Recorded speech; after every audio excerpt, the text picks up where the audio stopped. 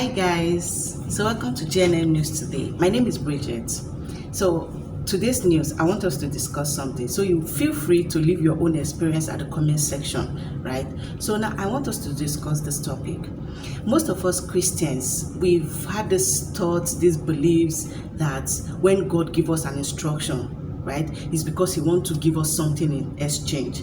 Let's say for instance now, God say, Mary, go give Bridget 10,000 naira. You have that strong urge in your mind.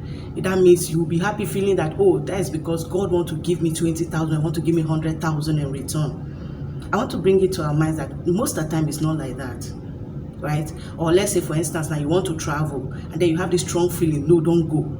That means you now believe that, oh, maybe if I go I will have accident, or if I go I will not come back, all those kind of things. Sometimes it's not like that. Sometimes God just wants to see our level of obedience to him. He wants to know that, oh, if I say, Joseph, please sit down here, don't stand up, you will sit. Or Bridget, stand up and go to outside and go and open the gate and go outside, I will go and do it. Do you understand? So sometimes God just wants to see our level of obedience, and then he will pass an instruction.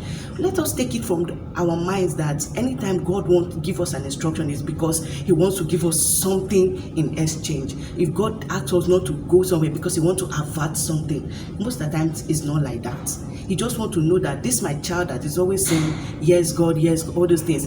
If I give instruction like this, he or she will obey me. He just want to know our level of obedience.